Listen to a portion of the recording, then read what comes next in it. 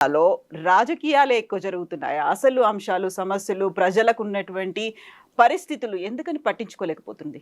అంటే ఒక నిర్లిప్తత కనబడ్డదమ్మా. మొత్తం చీఫ్ సెక్రటరీ దగ్గర నుంచి హ్మ్. ఒక ఎంఆర్ఓ వరకు గూడా.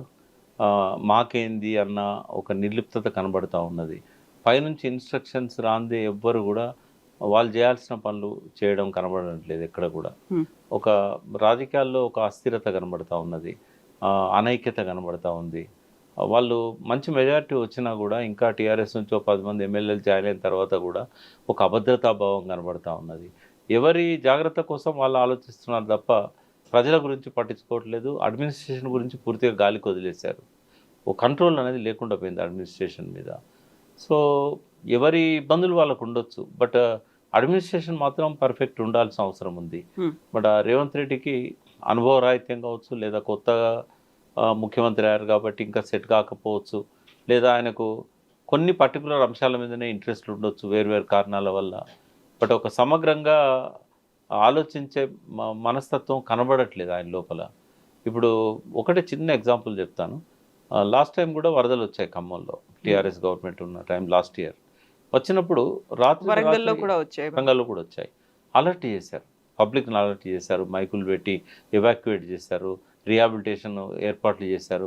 తరలించారు. అప్పుడు అంత ప్రమాదం రాకపోయినా కూడా ఇంత వరదలో ఇంత స్థాయి వరద రాకపోయినా కూడా ముందే అలర్ట్ అయ్యి షిఫ్ట్ చేశారు.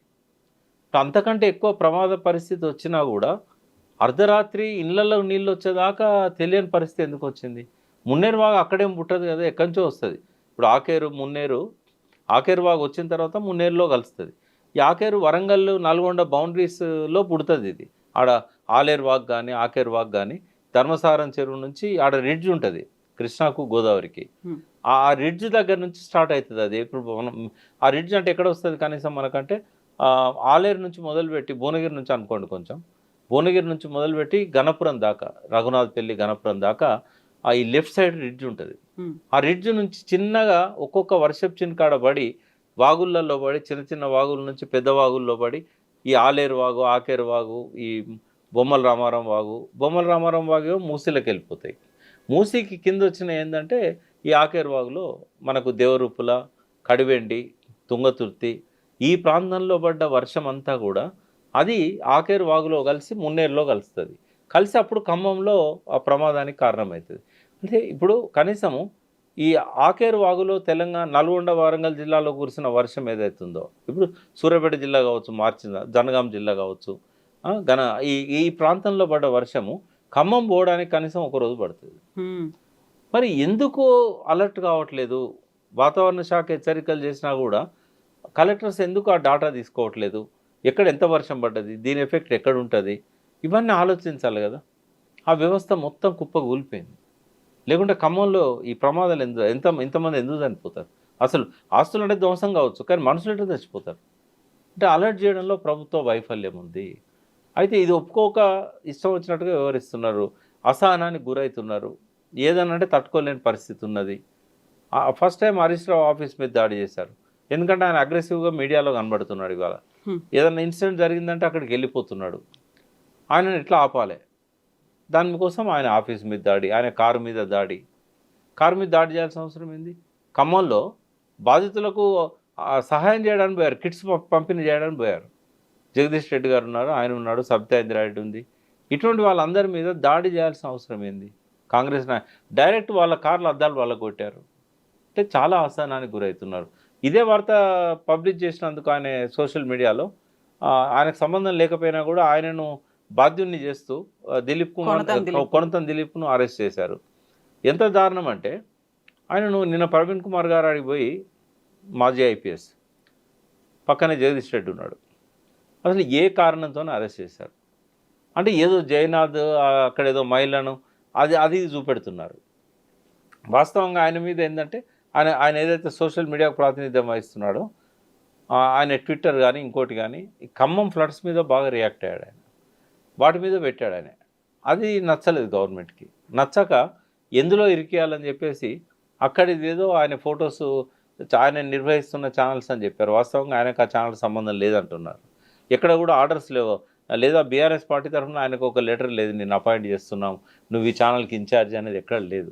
ఆ పేరు చెప్పుకొని తీసుకొచ్చి నా కేసు బిల్డ్ చేసి పంపితే రాత్రి ఆయనను జడ్జెస్ ముందు ప్రవేశపెట్టడానికని జడ్జెస్కి ఇన్ఫామ్ చేశారు. చేస్తే మీరు ఇంతకీ ఏ కేసు అది పంపేయండి అంటే వాళ్ళు పంపించి వాళ్ళు నవ్వుకొని ఏం కేసా ఇది తొక్కల కేసు, ఈ కేసులో ఏం నేను రిమాండ్ పంపాలన్నా ఈ కేసులో, ఏ తీసేసేయండి దాన్ని మార్చేసేయండి అని చెప్పేసి అది అంటే మార్చడానికి ఉండదు, ఎందుకంటే జడ్జి గారు నోటీస్ పోయిన తర్వాత మళ్ళీ ఎట్లా మారుస్తారు.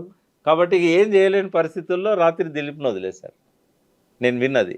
అవును, ఎందుకంటే ఆ కేసును బిల్డ్ చేయడంలో ఎందుకు అరెస్ట్ చేస్తున్నారు అనేటువంటి కారణాలు, సహేతుకమైన కారణాలు లేవు, కేసు కూడా సరిగ్గా లేదు. అది ఓకే, ఆయన ఏదో తప్పు చేశాడు మత కల్లోలాలు అన్నాడు కదా, ఆ ఫోటోలు ఫ్లాష్ చేస్తే మత కల్లోల కిందికి వస్తుందా? అదొక వార్త కదా. వార్తను ఇప్పుడు సయ్యద్ హుస్సేన్ అనే అతను మంజుల అనే అమ్మాయి మీద అత్యాచారం చేశాడంటే మత కల్లోలు అవుతుంది. అది ఒక ఇన్సిడెంట్, అది outrages of modesty of the women అని ఆర్టికల్ 353 కింద ఉండేది ఐపీసీ కింద, దాన్ని 354 కింద ఉండే దాన్ని మత కల్లోలాలు అంటాం మనం. ఒక జార్జ్ అనే అతను ఒక కమల అనే అమ్మాయి మీద అత్యాచారం చేస్తే అది క్రిస్టియన్ అండ్ హిందూ మత కల్లోలం అవుతుందా? కాదు కదా. కాబట్టి ఈ కేసులో ఏం లేదు, అవసరం లేదు తీసుకొచ్చుడు ఈ రాత్రి అని చెప్పి వాళ్ళు 10:30కు రిజెక్ట్ చేశారు. ఒక జడ్జిని అడుగుతూ అదే అన్నాడు, రెండో జడ్జిని అడుగుతూ కూడా అదే, ఇంకా లాభం లేదనుకొని ఏం చేయలేని పరిస్థితుల్లో ఆయన వదిలిపెట్టారు అర్ధరాత్రి. అంటే అవసరమా? నిజంగానే కేసులు పెట్టాల్సిన చాలా కేసులు పెండింగ్ ఉన్నాయి. నిజంగా అత్యాచారాలు చేసిన వాళ్ళ మీద కేసులు లేకుంటున్నాయి. ఇక్కడ కేసులు పెట్టేకాడ కూడా పోలీసులు ఎట్లా చేస్తున్నారంటే, హరీష్ రావు బండి మీద రాళ్ళు విసిరి అద్దాలు వలగొడితే కేసు లేదు. వీళ్ళు ఇచ్చిన కంప్లైంట్ మీద ఐజాన్ టుడే ఇప్పటివరకు కేసు ఖమ్మంలో వాళ్ళ మీద రిజిస్టర్ కాలే. కానీ వీళ్ళ మీద కేసు బుక్ అయింది. ఏంటంటే వీళ్ళ కాలనీలో పోయి కాంగ్రెస్ వాళ్ళని రెచ్చగొట్టి వాళ్ళ మీద దాడి చేయడానికి పోయిందని చెప్పి వీళ్ళ మీద కేసు బుక్ చేశారు. ఇంత నగ్నంగా ఎక్స్పోజ్ అవుతాడా రేవంత్ రెడ్డి? అవసరమా? ఇంత ఘోరంగా పోలీస్ వ్యవస్థను తమ చెప్పు చేతుల్లోకి తీసుకొని దుర్వినియోగం చేయాల్సినంత అవసరం ఉన్నదా? సో ఈయన కూడా ఒక ట్రాక్లో అందరిలాగానే పోతున్నాడు. మేము ఎక్స్పెక్ట్ చేసినాం ఒక యువకుడు మంచి ఉద్దేశాలతో ముఖ్యమంత్రి అయ్యాడు, ఎవరికి రాని ఒక అదృష్టం ఆయనకు వచ్చింది, సరిగ్గా పరిపాలిస్తాడని అనుకున్నాం. కానీ చాలా అధ్వాన్నంగా ఉన్నది ఈయన పరిపాలన. కనీసం ఇప్పటికైనా రియలైజ్ అయితే మంచిది. ముందు తనని తను సర్దుకోలేని పరిస్థితుల్లో ఈ అసహనానికి గురై ఇటువంటి తప్పులన్నీ చేస్తున్నాడని అనిపిస్తున్నది. ఒక మంచి థింక్ ట్యాంక్ని వెనకాల పెట్టుకున్నట్టయితే ఈ పొరపాటు జరగవు. ఆయన ఆ పని చేయట్లేదు. ఆయన మాట్లాడే మాటల్లో కూడా ఇప్పటికీ ఏ రకమైన మార్పు రాలేదు. ఇప్పుడు మావో అనే నాయకుడు గొప్ప నాయకుడు ప్రపంచంలో. మావో చైనాలో రెవల్యూషన్ తీసుకొచ్చాడు. దానికి ఒక 18 సంవత్సరాలు తిరుగులేని నాయకుడు ఉన్నాడు. ఆయనకి ఇంగ్లీష్ రాదు. ఆయన ఏ విదేశాన్ని పోలే, ఒక్కసారి జీవితకాలంలో రష్యాకు పోయొచ్చాడు. కానీ ఇవాళకి ప్రపంచం అంతా ఆయనను గొప్ప నాయకులలో ఒక్కనిగా గుర్తిస్తుంది. ఇంగ్లీష్ రానంత మాత్రాన ఇంగ్లీష్లో మాట్లాడే ప్రయత్నం ఎందుకు చేయాలి? అపఖ్యాతి ఎందుకు తెచ్చుకోవాలి? ఇంటెన్షన్స్ మంచిగా ఉన్నప్పుడు నీ మాతృభాషలో నువ్వు ఎక్స్ప్రెస్ చేయి. నేను మీ ద్వారా కూడా రేవంత్ రెడ్డి గారు చెప్తున్నా, తెచ్చిపెట్టుకున్న అరువు భాష మనకు అవసరం లేదు. అమ్మ భాషలో మాట్లాడు. అమ్మ భాషలో మాట్లాడితే హృదయం అనేది 10 మందికి నీ లోపల ఉన్న తపనను క్యారీ చేస్తుంది. ఈ తెచ్చిపెట్టుకున్న ఇంగ్లీష్ పదాలు నీకెందుకు? ఒకళ్ళు ఇంగ్లీష్లో మాట్లాడాల్సి వస్తే పక్కన శ్రీధర్బాబు ఉన్నాడు కదా, ఆయనతో మాట్లాడి స్వచ్ఛమైన తెలుగులో మాట్లాడు. కావాలంటే అందరి చెవులకు ఇంగ్లీష్ ట్రాన్స్లేషన్ ఇవి పెట్టు. కానీ పొరపాటున కూడా నీకు స్పష్టంగా ఇతరులతో కంపేర్ చేస్తే వాళ్ళలాగా మాట్లాడే అవకాశం లేనప్పుడు ఈ సడన్గా ఏం చేస్తున్నారు? ఈయన వీడియోను కేటీఆర్ వీడియో పెడుతున్నారు. కేటీఆర్ అద్భుతమైన ఇంగ్లీష్ మాట్లాడతాడు. బట్ అవసరమా? ఇటువంటి ఎందుకు? చక్కటి తెలుగులో మాట్లాడు, తెలంగాణ భాషలో మాట్లాడు, గౌరవిస్తారు ప్రజలు. ఇంగ్లీష్ అవసరం ఉన్నట్టు ట్రాన్స్లేట్ చేసుకుంటాడు, లేకపోతే శ్రీధర్బాబు కవర్ చేసుకుంటాడు ఇంగ్లీష్లో. ఇదొకటి. రెండవది ఏంటంటే, ఎలక్షన్లు అప్పుడే రాజకీయం చేయి, మిగతా మళ్ళీ ఎలక్షన్ల దాకా రాజకీయం అవసరం లేదు. కక్ష తీర్చుకునే పద్ధతి అస్సలే వద్దు. అది అవసరమా? తెలంగాణ కల్చర్లో కక్ష తీర్చుకునేది ఉండదు. ఏ రాజకీయ నాయకుడు కూడా గతంలో ఫ్యాక్షనిస్ట్ కాలే తెలంగాణలో. ఈ చిన్న చిన్న పోలీస్ కేసులు పెట్టించి ఎందుకు బదనాం కావాలి? ఒకవేళ రాళ్ళు రువిన వాళ్ళ మీద కేసు పెడితే అది నీకు ఆపాదించారు ఎవరు? వాళ్ళు తప్పు చేశారు, వాళ్ళు శిక్షారులే. కాంగ్రెస్ వాళ్ళైనా కూడా రేవంత్ రెడ్డి క్షమించలేదంటే నీ ఎంతో పెరుగుతుంది నీ విలువ. కాబట్టి ఇటువంటి వద్దు. తర్వాత ఎమర్జెన్సీ అంశాల మీద రాజకీయాలు చేయకుండా, రాజకీయాలను పట్టించుకోకుండా, అవతల వాళ్ళు ఎట్లా ప్రతిపక్షం నిన్ను రాజకీయ బరిలోకి లాగాలని ప్రయత్నం చేస్తుంది. వాటికి చికాకు పడకుండా నీ పద్ధతిలో నువ్వు ప్రతిపక్షాల సహాయం తీసుకొని వాళ్ళ ప్రజల కోసం కలిసి పనిచేయాలి. ఎక్కడైనా తగాదు ఉండొచ్చు మీ మధ్య, ప్రజలకు సహాయ కార్యక్రమాలు చేసే కాడ కలిసి చేయాలి, ప్రతిపక్షం సహాయం తీసుకోవాలి. ఇప్పుడు శివకేరా అని ఒక గొప్ప మనస్తత్వ మానసిక వికాసవేత్త ఉన్నాడు, గొప్ప రచయిత. యూ కెన్ విన్ అని ఒక బుక్, లార్జెస్ట్ సర్క్యులేటెడ్ బుక్ అది మొత్తం అమెజాన్లో కానీ బయట కానీ. అందులో ఆయన ఒక కొటేషన్ చాలా ఫేమస్ ఉంది, విజేతలు భిన్నమైన పనులు చేయరు, భిన్నంగా చేస్తారు. నువ్వు నిజంగానే విజేతగా ఉండదలుచుకుంటే, ఇంకో 10 ఏళ్ళు ముఖ్యమంత్రి ఉండదలుచుకుంటే, ఇతర రాజకీయ నాయకుల్లాగా ఆ కుర్చీతో బుద్ధి అనేది వద్దు, ఒక డిఫరెంట్గా చేయి. నువ్వు ఇంతకుముందు ఉన్న వాళ్ళు ఎవరు ప్రతిపక్షాల సహాయం తీసుకొని చేయని పనులన్నీ కూడా నువ్వు ప్రతిపక్షాల సహాయంతో చేయి. నువ్వు అవునన్నా కాదన్నా నీ పనుల వల్ల కేసీఆర్కు కొండంత బలాన్ని ఇస్తున్నావు, 1000 ఏనుగుల బలంతో మళ్ళీ తిరిగి రావడానికి రాచబాట వేస్తున్నావు. అది అర్థం కావడం లేదా? కాబట్టి రేవంత్ రెడ్డి తనను ముందు సరి చేసుకోవాలి, తన పరిస్థితిని స్ట్రెంథన్ చేసుకోవాలి, మంత్రులను కలుపుకొని ప్రతి దాని మీద ఒక కలెక్టివ్ డిసిషన్ తీసుకోవాలి, ఎవరి బాధ్యతలు వాళ్ళకి అప్పచెప్పాలి. కేసీఆర్ గారు అంతా తను ఒక్కడే చూసేవాడు, బట్ వ్యవస్థ ఆయన కంట్రోల్లో ఉండేది. ఇప్పుడు ఏ మంత్రికి ఆ మంత్రికి ఫ్రీడమ్ ఇచ్చినా బాగుంది, కానీ వ్యవస్థ కంట్రోల్లో లేకుండా పోయింది. ఈ లోపానికి కారణం ఏంటి తెలుసుకోవాలి. నీకు తెలియని విషయాలను అర్థం చేసుకోవడానికి ఒక థింక్ ట్యాంక్ పెట్టుకోవాలి.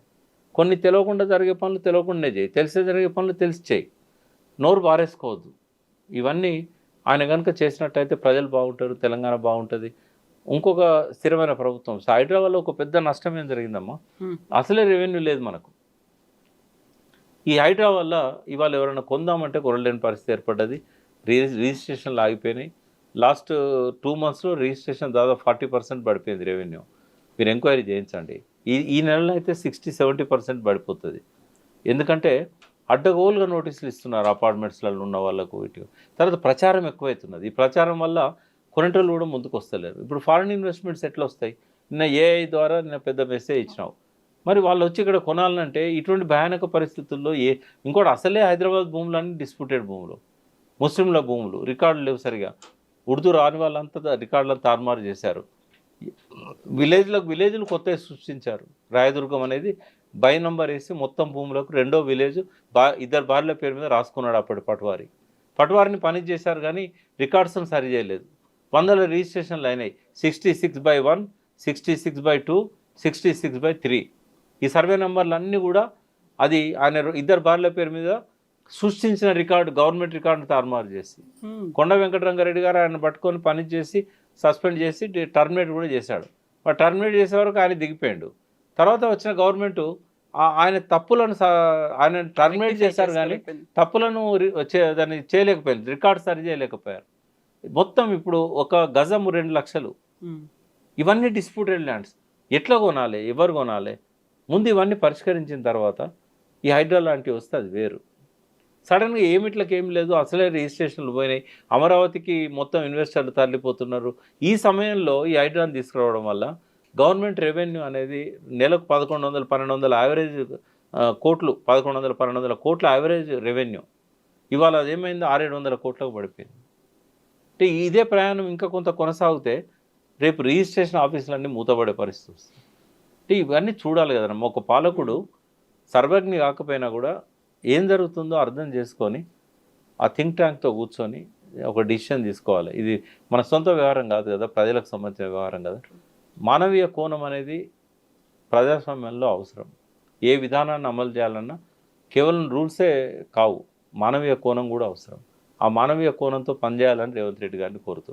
సో ఫోకస్ పెట్టాల్సిన అంశాలు చాలా ఉన్నాయి. సమస్యల పరిష్కారం కోసం కూడా టైంని కూడా కేటాయించాలి. ఇప్పుడు హైడ్రాలో ఇంకొక అంశం మనం మాట్లాడుకోవాలి. చాలా లేఅవుట్స్లలో రోడ్లు, పార్కులు, కమ్యూనిటీ సెంటర్స్, అంటే లేఅవుట్ చేసేటప్పుడే 45% ల్యాండ్, మొత్తం 4640 గజాలు ఉంటుంది కదా ఎకరం. అందులో ఒక 2600 గజాలకే మనకు కూడా పర్మిషన్ ఇస్తుంది, హెచ్ఎండిఏ పర్మిషన్ ఇస్తుంది. ఆ రిమైనింగ్ 45% ల్యాండ్ ఏదైతే ఉన్నదో ఇది కూడా ప్రొటెక్ట్ చేయాల్సింది హైడ్రానే, ఇప్పుడున్న జీవో ప్రకారం రంగనాథ్ గారే.